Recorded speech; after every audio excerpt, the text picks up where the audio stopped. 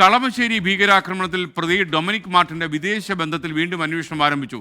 ഇന്റർപോളിന്റെ സഹായത്തോടെയാണ് ഈ അന്വേഷണം. ഇന്റർപോളിന്റെ സഹായം തേടാനുള്ള ആഭ്യന്തര വകുപ്പിന്റെ അനുമതിയുടെ ഉത്തരവ് 24 ലഭിച്ചു. 24 എക്സ്ക്ലൂസീവുമായി ശ്യാംകുമാർ ചേരുന്നു. പറയൂ ശ്യാംകുമാർ.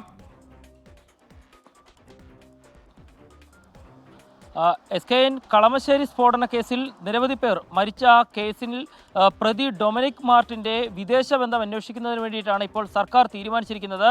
അന്വേഷണ സംഘത്തിൻ്റെ അഭ്യർത്ഥന ഇന്റർപോളിൻ്റെ സഹായം വേണമെന്നുള്ളതായിരുന്നു.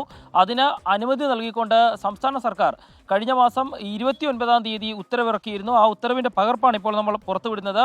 ഇതിൽ പ്രധാനമായും അന്വേഷിക്കുന്നത് ഡൊമിനിക് മാർട്ടിൻ ദുബായിൽ ഇലക്ട്രീഷ്യനായി ജോലി ചെയ്യുന്ന സമയത്ത് അവിടെ ഉണ്ടായിരുന്ന ബന്ധങ്ങളും ഇടപാടുകളെയും കുറിച്ചാണ്.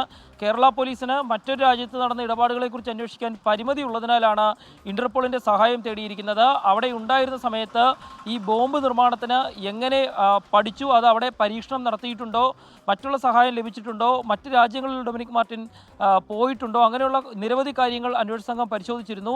ഏതായാലും ഈ വിവരങ്ങളിൽ ഒരു വ്യക്തതയ്ക്ക് വേണ്ടി തന്നെയാണ് ഇന്റർപോൾ സഹായം തേടിയിരിക്കുന്നത്. അതിന് അനുമതി നൽകിക്കൊണ്ടാണ് ഇപ്പോൾ സംസ്ഥാന സർക്കാർ ഉത്തരവ് നൽകിയിരിക്കുന്നത്. ഏതായാലും ഈ കേസിൽ വിചാരണ ഘട്ടത്തിലേക്ക് കടക്കുന്നതിന് തൊട്ടു മുൻപാണ് പോലീസിൻ്റെ നിർണായകമായ നീക്കമുണ്ടായിരിക്കുന്നത്. കേസിൽ ഇന്റർപോൾ അന്വേഷണം, ഇന്റർപോളിൻ്റെ സഹായത്തോടുകൂടി കേസിലൊരു പുനരന്വേഷണം തന്നെയാണ് പോലീസ് നടത്താൻ ഉദ്ദേശിക്കുന്നത്.